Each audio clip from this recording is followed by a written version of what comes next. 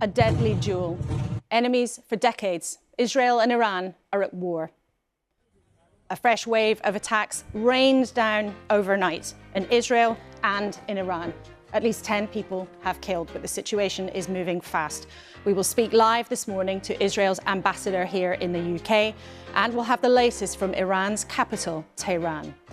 British jets are on the way to the region. We'll explore what that means for us. The Chancellor, Rachel Reeves, and our opposite number, Mel Stride, for the Conservatives, are both here. We'll hear too today from the son of the former Shah of Iran. This morning, he's calling for his fellow countrymen to rise up and take to the streets. And our team at the desk for the next hour this week, renowned international journalist Christiane Amanpour, former boss of the oil giant Lord Brown from BP, and Hugh Fearnley-Whittingstall, Green campaigner.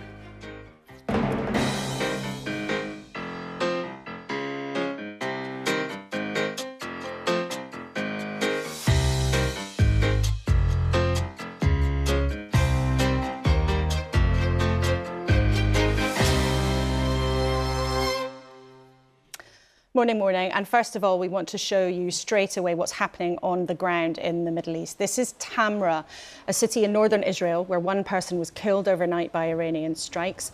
This is Beit Am, where 3 people died last night. And there were more attacks in Iran too. We haven't been able to get pictures of those so far. But a major oil depot has been hit, along with more military sites, as Israel continues its efforts to weaken the Iranian regime. This bitter new outburst of war dominates the headlines this morning.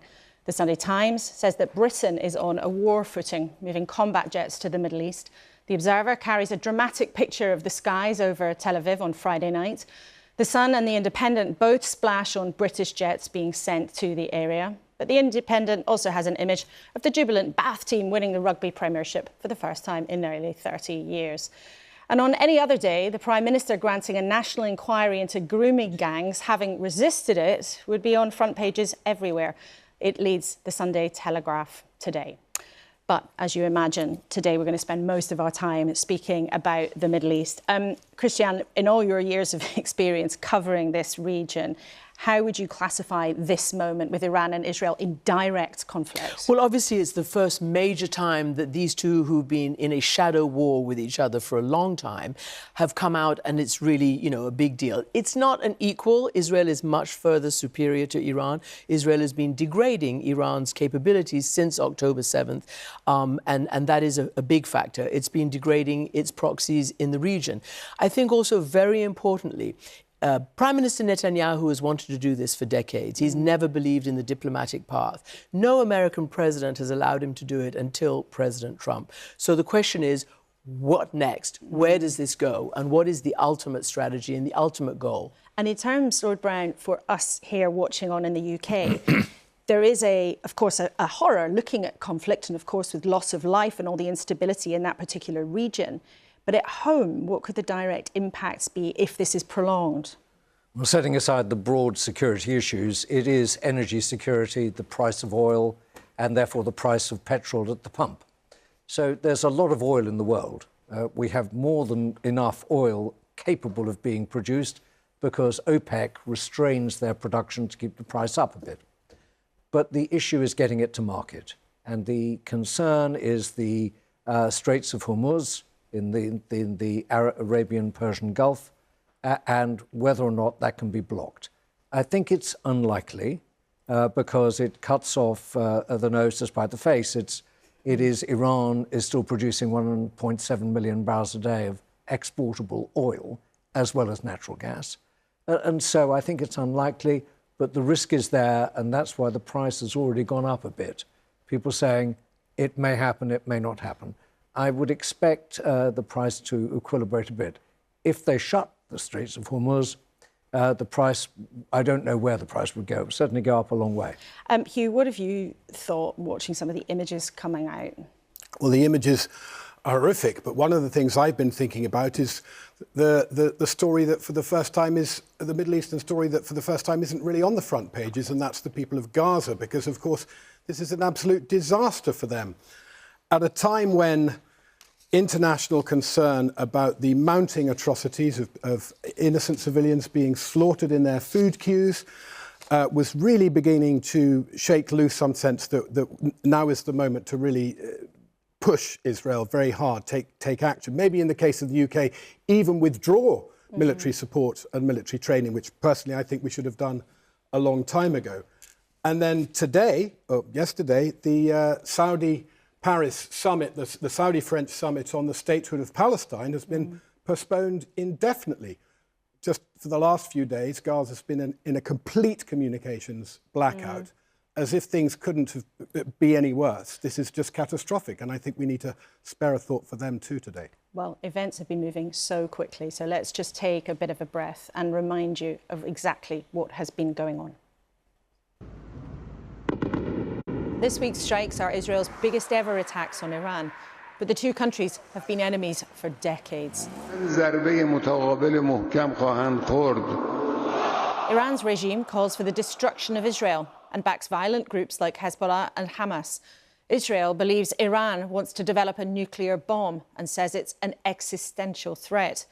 Now it's carried out the biggest attack on Iran in decades, killing military leaders and scientists and targeting nuclear sites. Iran's hit back, bombing Israel's cities too, Jerusalem and Tel Aviv. An outburst of conflict that could have heavy costs for us all. Well, the Israeli ambassador to the UK, Tzipi Hotovely, is here with us this morning. Welcome to the studio. Good morning. This is a dramatic escalation in the long, burning, simmering enmity between Israel and Iran. Why won't you heed calls from the UK and others to de-escalate, to stop? Because de-escalation means that Iran won't have nuclear capabilities. It's as simple as that. The UK has been our partner for many years to fight Iran's nuclear ambitions. Everyone agrees, the US, the UK, other allies, that Iran with nuclear capabilities will be devastating to the region, including the Gulf countries. Now, we are in a point where President Trump gave 60 days of negotiation to the Iranians to give a diplomatic solution, and the Iranians didn't really want to have any diplomatic solution. They were actually, when the IAEA published this report that was clearly showing that Iran was misleading the international community, enriching uranium. And we saw, with our intelligence abilities, that they were racing fast to get nuclear bombs with the combination of enrichment and weaponization. When all this happened, we had to move fast to operate against Iran's nuclear ambitions. But let me tell people also what the Director of Intelligence of the United States said very clearly recently. We continue to assess that Iran is not yet building a nuclear weapon. Israel has faced ongoing threats from Iran for many years. Laura? There was no imminent threat. There was imminent threat, and can I please ask you something? We both are not nuclear experts, but I think everyone knows that in order to have an enrichment of uranium, you need to have, for your civil capabilities, it's enough to have 3.5%. And they were enriching beyond 60%. So what do you think was their aim? And yet the assessment from the United States was that as things stand, Iran has not at this point been building a nuclear weapon.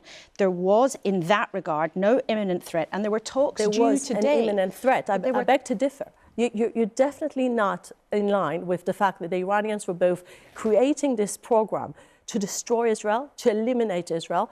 And you know something? After 7th of October, if there is one thing we learned, when our enemies are saying clearly they want to eliminate Israel and they are preparing the capabilities, and I think the IAEA report is quite clear about that, then we should believe them. And Israel here was acting in act of self-defense. But you were and it was an imminent threat. But you were acting 3 days before diplomatic talks were scheduled. They were meant to be happening today.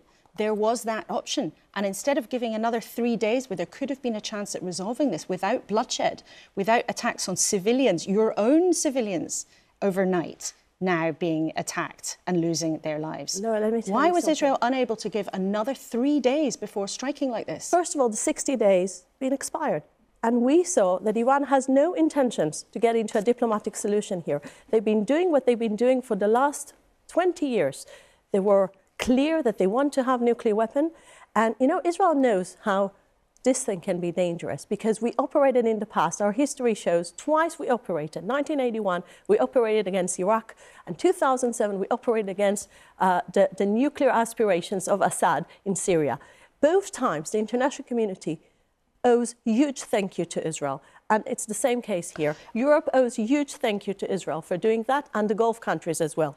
Our region would have been a place that is not safe for anyone if Iran would have accomplished their plan. What is your ultimate intention here? Are you trying to overthrow the Iranian government by force? Because you haven't just been attacking nuclear facilities, you have taken out, you have killed senior military figures. Are you trying to overthrow their regime by force? Our Prime Minister was very clear. We were not aiming to regime change. This is not the aim of this military operation. We are clear about harming and damaging in a way that will create a total rollback to Iran's nuclear program. This is our aim. And we are also aiming to destroy the ballistic missiles program. Now, you've seen the damage created yesterday. We're talking about civilians being targeted. Israel is not targeting civilians while Iran is targeting. But civilians have been killed in Iran. Civilians have been killed. We are talking about Israel calling the Iranian people to evacuate. We're not seeing the same coaches from the Iranian people, Iranian regime. Actually, what we're seeing is targeting communities in the center of Israel. My parents live in the city that was hurt yesterday. Now, I was talking to my father and to my mother, 3 o'clock in the morning Israel time, and their whole house was shaking. And they had to go to their shelter.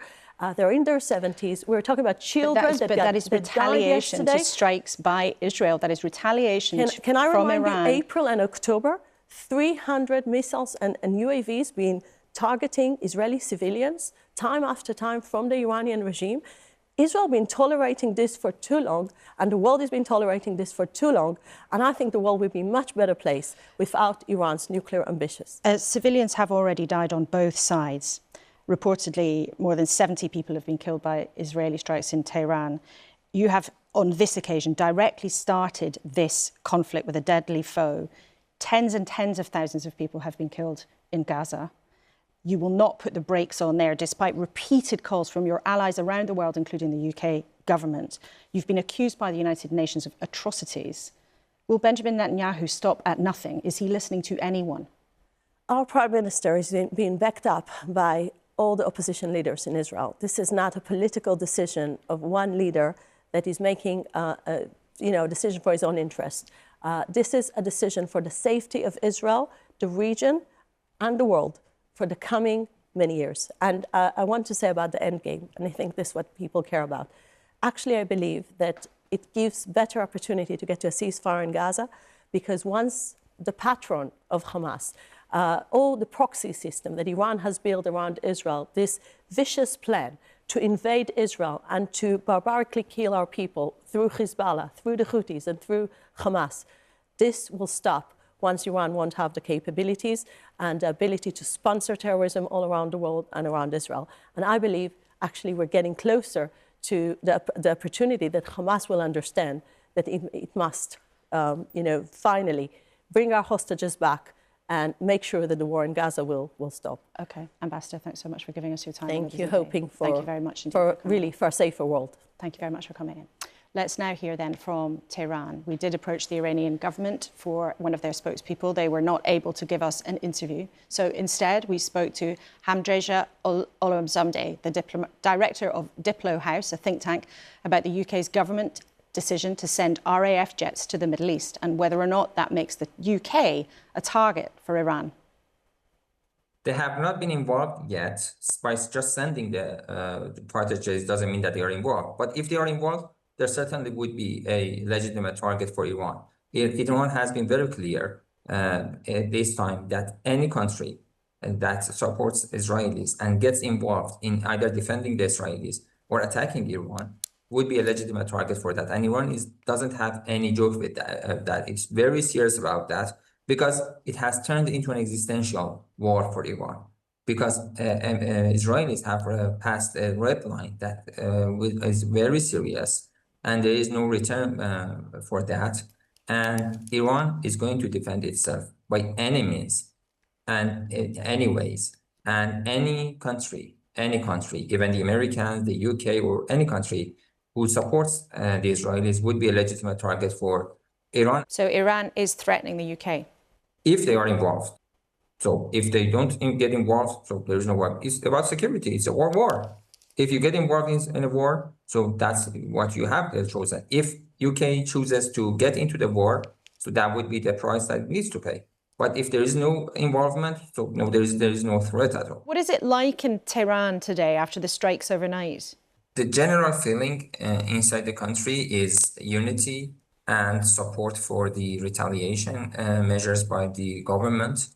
And that's the anger that people are showing toward the Israeli regime.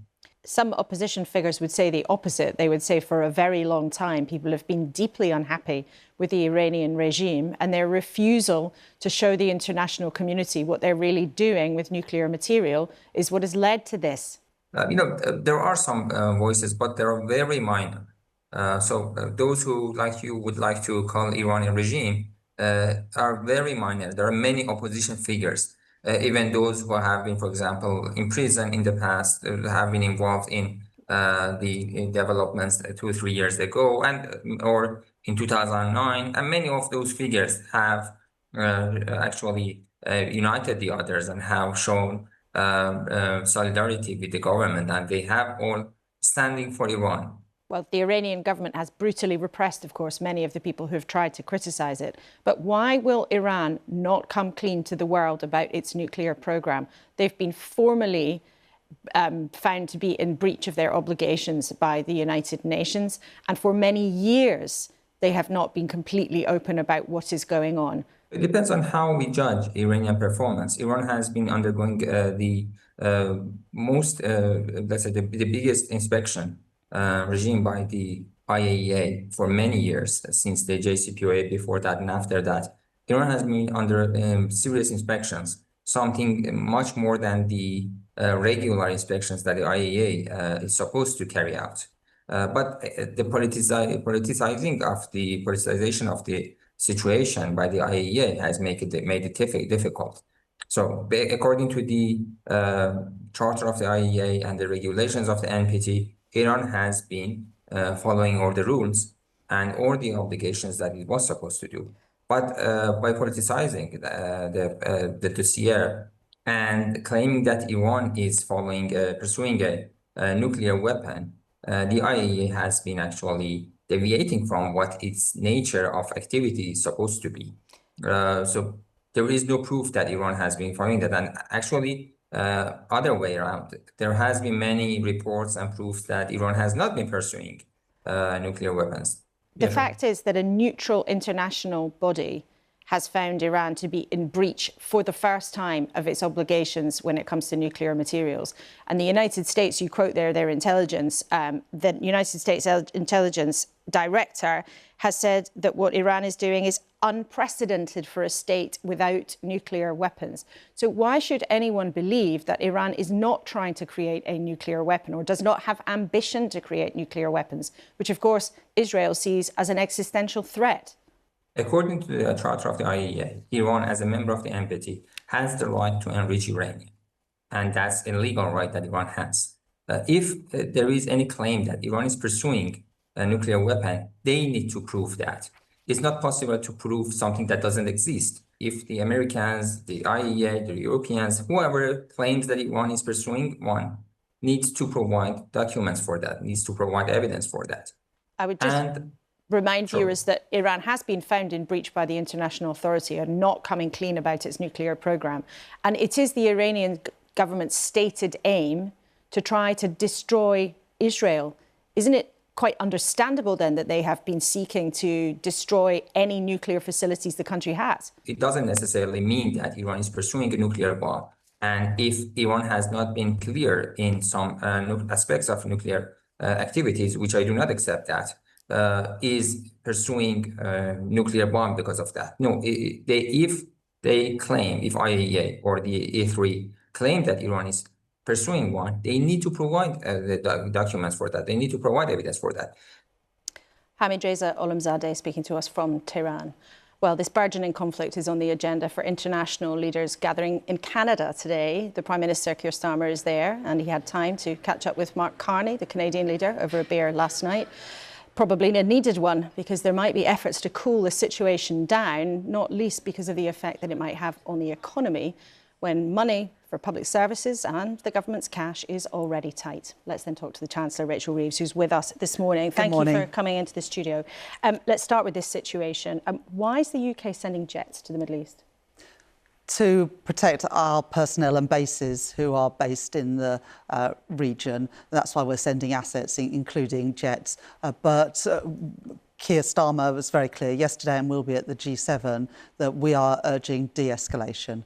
We're very concerned about what is happening, the implications for the region, but also the implications for the rest of the world. And so very much the message that the Prime Minister is taking to the G7 this week is to encourage calm heads and talks and not further escalation of this conflict. And can you tell us where the jets are going? Are they going just to British I'm bases not going in to Cyprus, comment. Or are they going I'm not going to comment on operational matters. Things are obviously very fast moving, but we do have personnel, we do have bases in the region, and it is right, given everything that's happening, that we send additional assets there as a precautionary measure. And might the UK support and help Israel attacking Iran? And just to be clear with people watching this morning, on some occasions, previously on a couple of occasions, the UK has helped Israel when they have been attacked by Iran. Will the UK help Israel this time?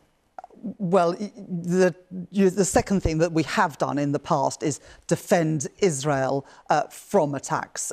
We have never we've never been involved in attacking with Israel. I think those two things are very different, but I'm not going to comment on what may or may not happen. This is a very fast-moving situation. We do believe that Israel has a right to defend itself. We are very concerned around Iran's nuclear ambitions. That would be incredibly dangerous for Britain and the rest of the world if Iran were to develop a nuclear weapon. And so we share those concerns, and we share the concerns as well of the IAEA, who have been very clear in their report. And it's very disappointing that Iran has not cooperated fully with the IAEA. But Chancellor, do you believe, as the Israeli ambassador believed very clearly and very firmly, she claimed that Iran presented an imminent threat to Israel? Do you agree with that?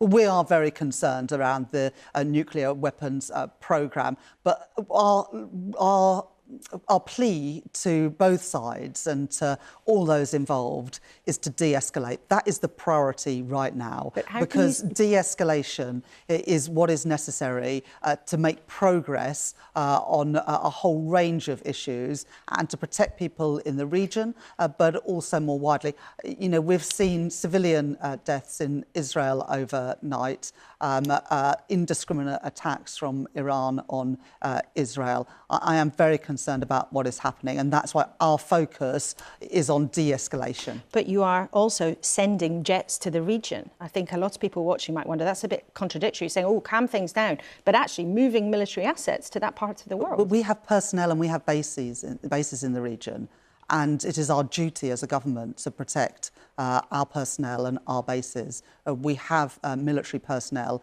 in the Middle East. It would be a dereliction of duty on our part if we weren't doing everything that was needed to protect those. It is a fast-moving situation, and it is absolutely right, as a precautionary measure, that we send additional assets, including jets, to the region. That's the right thing to do. I think it's what people would expect us to do, given how fast-moving the situation is. And what would your advice be to British people who are in the region? Well, to follow the Foreign Office advice, that is likely as well to change as the situation on the ground changes.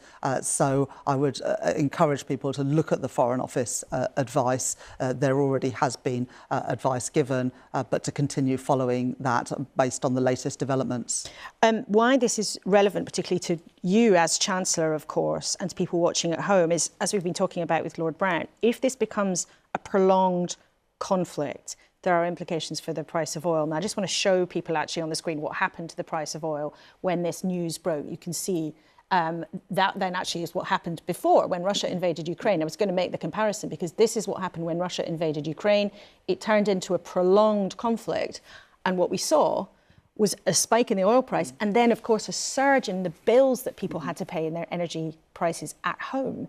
How concerned are you that that might happen again? Obviously monitoring this very closely as the government. You can see from the chart that energy prices, oil prices are still lower than they were at the start of this year, but there's absolutely no complacency from myself or the Treasury. And as well, the concerns are around shipping routes, both for oil and gas exports, but also more widely because so much goods trade passes through the Middle East. So obviously we're following this closely. It's one of the reasons, Laura, that we are urging de-escalation, because obviously the impact on the region of the Middle East is immense, but the impacts on all of us are immense. We've seen in the last few years that things that unfold far from our borders have huge implications for the UK. And let me just add this. It's one of the reasons why this week in the spending review, we announced additional money for defence to take it up to 2.6% of GDP within 2 years, but also investing in our energy security at home, because we've found in recent years that a lack of investment in our own domestic energy production has left us exposed. And so the investment in nuclear energy, in offshore wind or in onshore wind, in carbon capture and hydrogen is all about ensuring that we are more self-sufficient as a nation in something which is absolutely essential for our everyday lives. Energy security is increasingly national security, which is why there was substantial investment in energy security last week. And that's something that you promised to do, and it's something that you seem to be, following through on with lots and lots of extra cash, but that will not have an impact potentially for many, many years to come. Well, some of it so will. If we end up in a similar situation to what happened in Ukraine, the Conservative government then stepped in and paid everybody's energy bills. Is that something that you might be willing to consider if we end up in that situation? Well, first of all, some of what we're doing will have an impact in the shorter term. So, for example, we put substantial investment last week into home insulation to take £600 off the bills of millions of families in Britain, focusing on those on lower incomes, because, again, one of the challenges in the last few years is people's energy bills are very high because so many homes are poorly insulated. So some of this could have an impact in quite a short term. But, I'm not going to take anything off the table. We're not anywhere near that stage at the moment. Indeed, in July, average energy bills are going to come down by about £100 a year. That is very welcome news. And the price of petrol at the pumps is significantly lower than it was at the start of the year. But as I said in the earlier part of this interview, things are moving rapidly, and as a government, we'll follow that closely and always do everything in our power to protect ordinary working people in this country. And things are moving very, very quickly, and as if we needed a reminder that the world is currently very volatile. Do you admit that if this becomes a prolonged conflict, that the carefully presented numbers that you put forward in your spending review a few days ago, that just blows it all out of the window? There are already lots of experts saying, actually, your sums don't really add up and you're probably going to have to put taxes up already. Well, we're a strong economy with strong foundations, and we have weathered other shocks, including earlier this year when President Trump announced those global tariffs, and people said,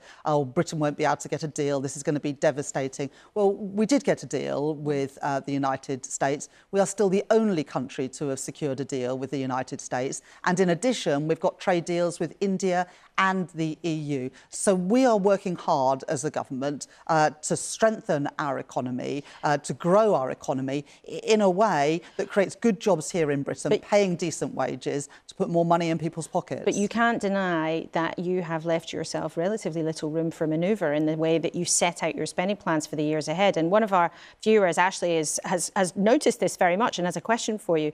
Ashley wants to know, under your stewardship, debt costs are up, tax is up, unemployment is up.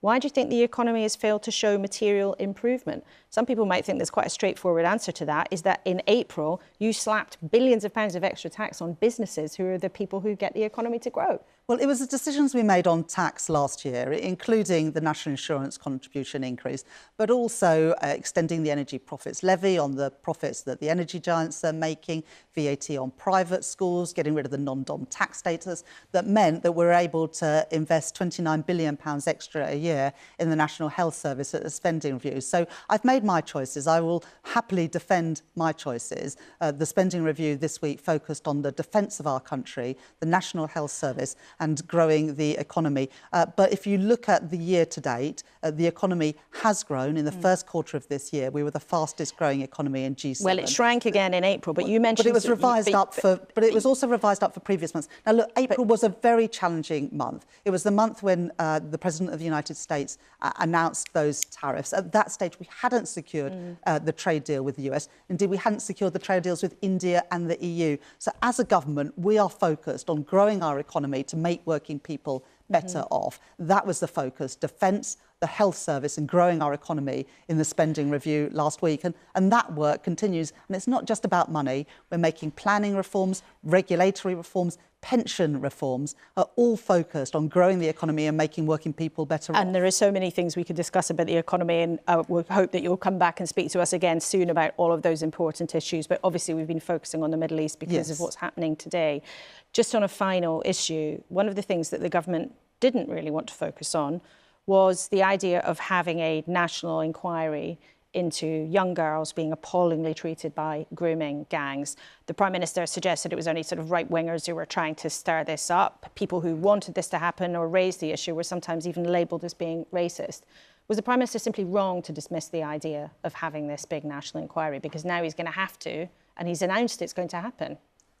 We've never dismissed the concerns of victims, and those are the most important people in these discussions. When Keir Starmer was Director of Public Prosecutions, he took forward the first prosecutions in when he was Prime Rochdale. Minister, he repeatedly refused the requests of people saying there has to be a national inquiry to clear this up once and for all. Well, you know, the Conservatives could have done another national inquiry, but they didn't. We've been focused on implementing the recommendations of the Alexis J review and other reviews, because those recommendations had just been sitting on the table. But the Prime Minister wanted to assure himself he was doing everything that was necessary, which is why he asked Baroness Casey to do this rapid review. She said at the outset that she didn't think there was a need for a national inquiry, but during the course of her rapid review, she's concluded that a national inquiry alongside the local inquiries to give statutory powers is the right way forward. And the Prime Minister has preempted the publication of the report this week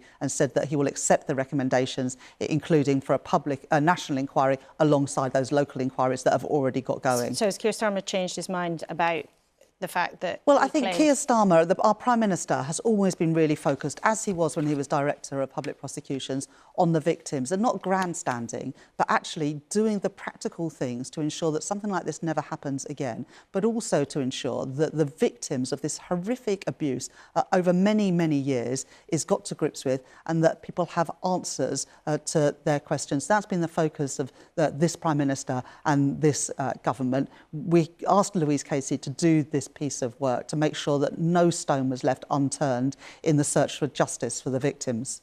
OK. Chancellor Rachel Reeves, thank you very much indeed for being with us on Sunday. And that report from Dame Louise Casey will be published tomorrow.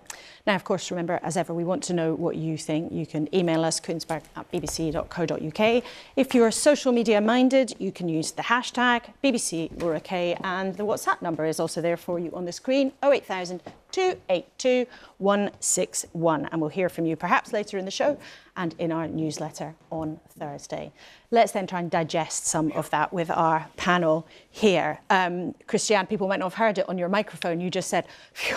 So what did you make? Just because there's a lot to digest, as you said. There is a lot to digest. Yeah. So let's start then with the Israeli ambassador. What did you make of what Tzipi Hotovely had to say this I think morning? the absolute fact is that the whole world has always been concerned about Iran's nuclear ambitions. There was a moment of actual successful diplomacy which culminated in the JCPOA in 2015. In other words, the nuclear deal that was enshrined at the UN. Iran was declared totally in compliance of its responsibilities, even though the West did not lift all the sanctions as it should have done. What happened then? President Trump decided, under pressure from Bibi Netanyahu, who has never wanted these deals ever, he has always wanted to destroy Iran's capability, right? Under pressure from Netanyahu and then MBS, the Crown Prince of Saudi Arabia, he pulled out thinking he could do a better deal. He couldn't. He achieved nothing except Iran enriching to a higher degree. So Iran now has approximately 400 kilograms of enriched uranium to 60%. That is almost at breakout. It can easily go to 90% if it wants to, and that's 8 bombs. So people are very concerned. But there were these talks going on, and my reporting suggests that far from they didn't want to go to a deal, Iran was really wanting to go to a new deal. And just before these attacks, I heard that the head of the negotiation and the delegation was feeling optimistic about this round of talks. The Iranian delegation. Yes, the Iranian delegation, exactly. Lord Brown, when you look at the decades of bitterness between these two countries, do you think it's possible that they might have been on the way to finding an accommodation? I think it's possible. I mean, I was watching very carefully the earlier negotiations, and I knew the chief negotiator of the US one extremely well. And I think that it's very important to do this step by step. So we're now in a situation where they've got highly enriched uranium, probably not enough bomb quality, but someone has to now de-escalate it. I think if we don't de-escalate in some way, which is a combination of diplomacy and force, someone will make a mistake. And I think when the red mist goes above everyone's eyes, as they're very angry with each other, something bad happens. What do you mean by that? Well, someone just suddenly decides to attack someone because they think it's a good idea. Uncoordinated activity can happen, certainly if the chain of command isn't perfect. You, listening to the Israeli ambassador, what went through your mind? Because Israel clearly does see Iran not coming clean about exactly what it's been doing. They have been told off this week, reported formally for the first time in 20 years by the International Atomic Authority as being in breach of the rules. Well, it feels like they've been waiting for an opportunity, and the opportunity's presented itself, and they've taken it. And it's very concerning to me that we're sending jets out to support this when all the talk should really be of de-escalation. And indeed, if the Prime Minister, the government really wanted to show that they were serious about de-escalating in the Middle East, they should have been talking about stopping selling arms to Israel and even pulling back their training programs for the Israeli military. Lord Brown? So I think the issue here is, obviously the US is terribly important in this, Israel, Iran, but so too is the world. And somehow there has to be some accommodation of the world to push whether it's diplomacy or hard diplomacy or force, to get some sort of de-escalation. That's, I think, what's needed here. I mean, in the spending review, the Foreign Office budget's been cut. I mean, that's where the diplomacy happens. The money's going on more arms and more bombs. That doesn't sound like the right priority. The truth of the matter here is that the only people with actual heavyweight influence over Israel is the United States, right? And I think we absolutely do have to take a moment and say that President Trump, up until now, has failed on all the big foreign policy issues that he promised that he would solve, and quickly. And he told voters he was going to end all wars, but all more of or them. less. And guess what? They've got worse. And there is no leadership. He's hollowed out his negotiating teams, his foreign policy teams, his national security teams. It's all gut. It's all, I'll give them 60 days, and on day 61, we'll bomb them. Anybody knows that an actual negotiation takes months, if not years. That's what the JCPOA was. But Lord Brown, with the situation that we're in now in 2025, a lot of people would point to the international institutions we have trusted to sort these things out over many years and feel they've kind of been hollowed out. They don't work in the way that they used to. You've got an American president who doesn't believe in those international structures. So you know lots of the characters involved here in the region. What is the possibility? But I think you have to create coalitions for purpose here. I think, a lot of the institutions have been broken up, effectively. And so now we're into the business of organising ourselves into coalitions of people who are powerful, saying you've got to stop this. And if you do, then something good will happen. I spent a lot of time in Iran in the way distant past. There's something about Iranians that actually they're very sophisticated, and I think they would like a better life. They wouldn't necessarily like to be associated with one power bloc or another, but I think they'd like a better life. And I think they would get that, and they understand if something could happen. Just so I can say, that is absolutely correct, which is why Iranians have voted for relatively more moderate presidents, because they think that they will make a deal with the West to get the sanctions lifted and to enable them to have an actual relationship with the rest of the world. If you ask the Iranian people, they don't want any of this. They are, and of course, it's very important to say the Iranian government and the Iranian people are not the same. The Iranian government repressed political criticism, and there have been all sorts of crackdowns on anybody trying to disagree with But it. I think it's very important to ask about this why now, because as you pointed out to Ambassador Hotovely, the US intelligence does not say that it has noticed a weaponization, not now, and even I checked with the outgoing Biden administration, it didn't notice it then. So it really is a question of why Israel did it now, and it may be because of the amount of stockpile at 60%, which could be turned into 90%. And Lord Brown, just as we're coming to an end of this discussion, but you mentioned there the different blocs. Now, we know now we are living in a world where the former boss of NATO called it the axis of authoritarian states. Russia and Iran, of course, have been dealing with each other. I know that you have met Vladimir Putin on many occasions. Many. What will he think at this moment? Does this help him? Does this give him opportunity? Well, he will say two things, I think, as he said. One is, come with me and I'll stockpile your highly enriched uranium and I'll get it out the way for the world. On the other hand, come with me and get everyone off my patch, which is Ukraine. And so I think he's using this as he would as an incredibly clever negotiator, thinking through not just this present step, but 4 steps ahead. And you never get it on the first move. Never get it on the first move. All three of you, thanks for now. We'll be back with you at the end of the programme. Well, this morning, Iran has said that Israel crossed a red line with its attacks. The two countries have continued to strike each other overnight. An oil depot in Tehran has been targeted, and you can see some of the images of that there, while at least 4 people were killed in an Iranian strike on Tamra, a city in the north of Israel. Well, the Conservative leader, Kemi Badenoch, has called Iran an enemy of the people, which has attempted terrorist attacks on UK soil. And she said Israel should not be condemned for trying to stop Iran getting nuclear weapons. Well, with us now this morning, the Shadow Chancellor, Mel Stride. Thanks very much indeed for coming in. Do you support, first of all, the government in their decision to send jets to the region? Yes, I think it's the right thing. We've got assets out there in the UAE, in Oman, we've got Akratoria and Cyprus. They need to be protected, given that Iran has suggested that they may now be under threat. So I think it's the right thing to act in that way. And what do you think of the action that Israel took attacking Iran? So on the basis that we assume that they were getting close to producing a viable nuclear weapon, substantiated by the fact that they have withdrawn from cooperation from the IAEA and the UN and that kind of oversight and so on, that they're sitting on 60% enriched uranium when for their civil nuclear purposes they would only need 2 or 3% or thereabouts.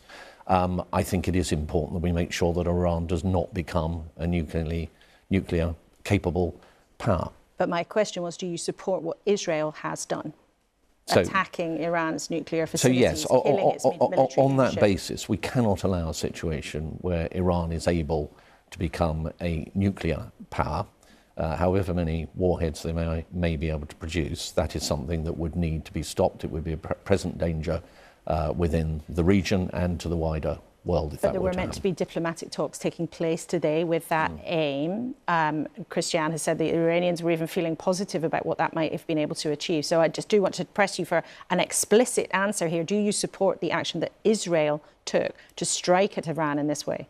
So I think I've answered that, Laura. I've said that on the basis that the intelligence is that they were driving towards a nuclear device capable of doing what nuclear weapons can do and threatening their neighbours and so on, then I think it's quite reasonable to go in there and ensure that that does not happen. But American intelligence said they're not building a nuclear weapon. What we now need to do is to focus on de-escalation, because clearly quite outside of the nuclear aspects of this, the implications for oil prices, equity prices around the world, and indeed, given what may follow, an impact on trading and inflation and therefore interest rates and the general state of the world economy, it's very important that we do get de-escalation happening here. That, of course, is why it's such a concern for people at home, not just looking at the loss of life and the tensions in the region, but this is something, if it's prolonged, could hit all of us in our pockets. On Friday, your leader, Kemi Badenoch, announced the Conservatives would get rid of the windfall tax on oil and gas companies. That, of course, leaves a hole in the books. Why should consumers have to fill that? So what we need is a completely different economy, and we will put together what that will look like in the run-up to the next general election. We have plenty of time to do that.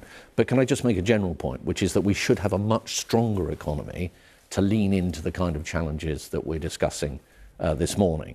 And we haven't got that because this government took the wrong choices. So in coming to office, it loaded up taxes on businesses. That has destroyed growth and in part been passed on by higher prices, as has taxing and borrowing and spending vast amounts of money. That has kept inflation higher for longer, interest rates higher for longer. And then in terms of our national debt that they're adding to, of course, the servicing costs on that are now running at about 100 billion a year, which is twice what we spend on defence. So my point, Laura, is they've created a weak economy, which is, I'm afraid, going to probably find it quite difficult to handle what might now become. But even as a Conservative, you have many times publicly acknowledged that your party also made really quite a mess of things. You didn't exactly leave a brilliant situation. You already had record levels of tax and record levels of debt. Things were not in a great situation. But I'm interested, you say we had COVID, we had inflation imported through the Russia-Ukraine war, and we did on the day of the general election have inflation down to bang on target at 2%. It's almost double that now. But you said, well, let's talk about what you want to do about it, though, because viewers have heard you and I discussed this on many occasions, and you said there you want a completely new kind of economy. Can you tell us one big radical thing that you would actually like to do if you made it to number 11? So we've always spoken, for example, of welfare reform. What this government has actually been doing is putting welfare costs up, and it's likely to come forward with the retaining. And so were you. So what is one radical thing that you would like to do? Well, when we were in government, when I was Secretary of State at Department for Work and Pensions, as scored by the Office for Budget Responsibility, we made £5 billion worth of savings within the welfare budget. And the OBR said that as a consequence of the interventions that we came forward with, 450,000, almost 500,000 fewer people would be going on to long-term sickness benefits as a consequence. And we had plans to go still further. And we think it's right as a party that we shouldn't have people on welfare. We should have them going into work with support where necessary, of course, and the savings could be enormous. And those are the kind of things that then allow you to do a lot of other things like cutting taxes and growing the economy. OK, well, for something truly radical, I think you're still keeping people guessing, Mel Stride, but I must just ask you briefly, do you welcome now the government has changed its mind and will hold a national inquiry into grooming gangs? It's a very late decision. It should have happened far, far earlier. We've been calling this for many, many months, and Kemi Badenoch and Chris Philp and others have been derided by the Prime Minister, actually just hopping on some kind of far-right bandwagon and dog whistle politics and all the rest of it. That was the wrong response. But this is just another example of the Prime Minister being pressurised principally by us into U-turning, in the same way as we've seen with the winter fuel payment means testing U-turn as well. And I'm afraid being a cork on the tide is not a good way to run our country. We really need somebody that's going to have more of a grip. OK, Shadow Chancellor Mel Stride, thank you very much indeed for being with us this morning on a very busy weekend when, of course, our focus has been on the events that are unfolding in front of our eyes in the Middle East. The brutal regime in Iran is not, of course, the same as the Iranian people. Opposition in that country has been repressed for many years. Women forced to cover their hair, political critics jailed, and same-sex relationships banned, while the economy is in terrible shape. You might remember back in 2022, the frustrations of many thousands of people who took to the streets were met with force. So might this be a moment for those who want to overturn the regime?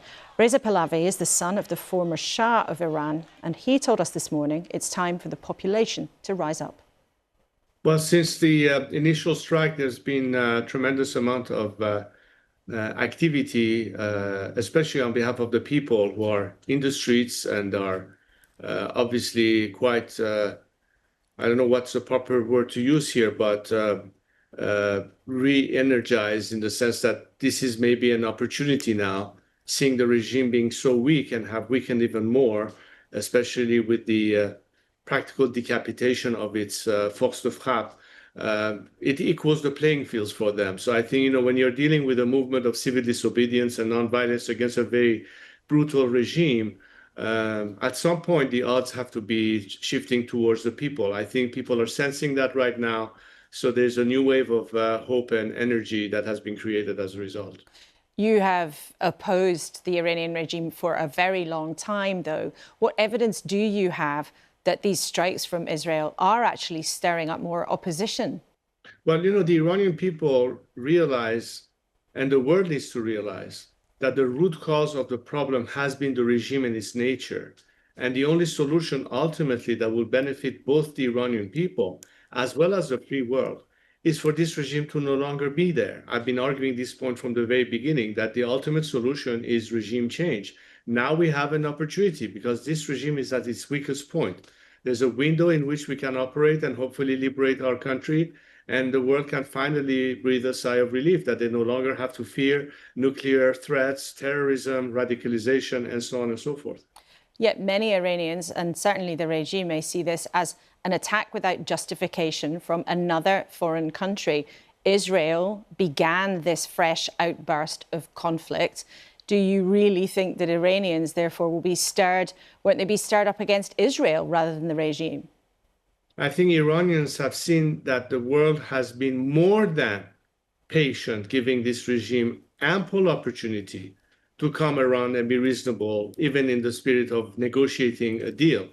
We have seen as a result of the stubbornness of Ali Khamenei that he is solely responsible for what has now happened, that Iran should not have had come to this point. But what is the responsibility at the end of the day? It's that of Ali Khamenei. It is his war, not the Iranian people's war.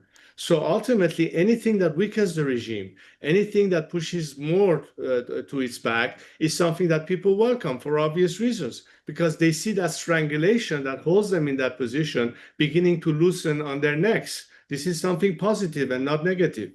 Are you actually saying then that Israel bombing your country, civilians in Iran being killed, is a positive thing? I'm not saying that the targeting was meant to hurt the Iranian people. The targeting was meant to basically neutralize the regime threat. Clearly, I don't think that it was an intention of the Israeli government to attack Iranian civilians. What do you think then will happen next to the regime? You say people have been in the streets calling for them to be overturned. What will happen next? Well, as I said, I think as a result of the regime being decapitated and weakened more than ever, it's an opportunity for the Iranian people to finally liberate themselves, provided, of course, that this time the world doesn't sit idle and demonstrate vividly that beyond just imposing sanctions or what have you, they're prepared to take the next step of giving the Iranian people a sense of support for their fight for democracy and freedom. This has always been the expectation of the Iranian people, and I think the world now has an opportunity to see that through. And what do you see your role being? Because, of course, your family used to run Iran. Is it your ambition to go back and lead the country perhaps one day? Is this actually a political opportunity for you? Well, I have offered my role, and I've been on the record for the past 44 years of exactly what is my objective and what is my goal. And my goal is to see that Iran ultimately is rid of this clerical regime, and that the Iranian people determine their own future freely through the ballot box and a democratic process, a parliamentary process that will give the Iranian nation all the options once this regime has been toppled to decide for themselves. And my role there is very critical in terms of creating as much unity as possible so that we can work together towards that end and welcome all those who are now joining with us so they can be part of the solution as opposed to remain an obstacle and be part of the problem. I'm beginning to see that happening. I'm being contacted from elements from inside, particularly now from the military side, and I think that's a very important development. Reza Pahlavi, thank you so much for joining us on a very busy day for you. Thank you. Thank you. Well, there could be a lot of turmoil ahead. Hugh, listening to all of the interviews and some that we've heard this morning, I just wonder, do you feel any more at ease or more worried? Well, it's interesting hearing this interview from the son of the former Shah and comparing it to what was said in the earlier interview, the gentleman who clearly at some level or other represents the current Iranian regime. But I do think there's an international opportunity to widen this beyond the discussion. I mean, clearly de-escalation is a massive priority, but beyond the military actions here, and consider what the opportunities are here for the Iranian people. And you said it just in the introduction to that the Iranian people are not the same as the Iranian government. And actually, just going back to what I mentioned Gaza at the very beginning, I think it's important to say also that the Israeli leadership doesn't represent the whole of the Israeli people by any means whatsoever. And there are many Israelis who are absolutely appalled by what their leader is doing. Certainly in Gaza, there may be a little more unity around Iran, but let's wait and see. Let's make sure we hear what the citizens of these countries are saying and not just their leaders. You're right, there have been plenty of demonstrations, thousands of people in the streets protesting against Benjamin Netanyahu's policies. Christian, when you hear an opposition figure, an aspiring opposition figure like Reza Pahlavi talk about people in the streets in Iran, talk about potential uprisings, is that realistic, or do you think it might be wishful thinking? Because we should say to people, it's very hard to know what's going on in Iran. There's no free reporting. Well, I mean, they have put out quite a lot on social media. I've been quite surprised. Look, it's going to be potentially difficult to rise up actually being in the streets while the bombs are falling and fighter jets, you know, with missiles are coming down. But there is no doubt, and Pahlavi is right, and everybody who's reported it. I grew up under the Pahlavis in Iran, and the people, first of all, you know, chose the Islamic Republic instead of them, but now have seen that the Islamic Republic is so much harsher, is so much more punitive, gives so much fewer rights, and is isolated from the world, and the economy is appalling, and it affects the people. So yes, I think from all my reporting, they want to change. He's the only one with name recognition, and whether it's for transitional or permanent leadership, I don't know what he wants, but he's considered the only one with any name recognition and any kind of support inside. He talked about the military. We know the Bazaris and people like that, potentially. But one thing to Hugh, and you have to say it, the people of Iran have been demonized and dehumanized, always associated with their leadership. The people of Gaza have been dehumanized and delegitimized. They don't want Hamas there. We've seen them on the streets under the hail of bombs. So it's not fair to have this collective punishment, and people should have their rights. Lord Brown, finally to you on how this could evolve in terms of the effect here at home. So I'd like to scoop it all up in one go and bring it back here. The spending review, energy security, net zero. It's my firm belief we need to really focus now and push very hard on energy security as a real objective, on net zero as the counterpart objective, getting more efficient, as the research that goes with it, and make sure that we actually deliver the projects which are put into the spending review. This is really important, and we can achieve a couple of objectives at once. Are the government's plans credible? Some of them are credible. The timing is always too bullish. It takes time to do lots of big projects. When I was working with the government, I kept saying, you've got to think about it. Get a grip on projects. Make sure you're realistic, not just accept what people say so that they can get into the queue. They can't. We've got to do lots of different things here. I think that was a sceptical thumbs up. Is that a fair description? Sceptical thumbs up. And you're doing a waggly thumb on the side here. I think the problem with the government's net zero plans is that they're not joined up. They're putting all the eggs in the energy basket. There's transport, there's housing, there's food and farming. They all need to play a key role in helping us towards net zero, and they're not there. OK, and we need to say goodbye, sadly. Thank you to all three of you at the desk on a very busy morning here. Thank you to Christian Amanpour, Lord Brown and Hugh Farney-Whittingstall. Thank you to you, most of all, of course, for spending your Sunday morning with us as we've been trying to digest the huge events unfolding in a new conflict between old enemies. Latest news breaking this morning is Israel's military says it's sending evacuation notices in Persian to residents of Tehran living near targeted sites. Our teams, of course, at the BBC will be with you throughout the day, bringing you updates as they happen. I'll be with Paddy O'Connell shortly for Sunday's newscast. And remember, there are still reasons to be cheerful in this worrying world. Next week, Ray Fiennes will be with us, and I'll look forward to that and seeing you next Sunday. Same time, same place.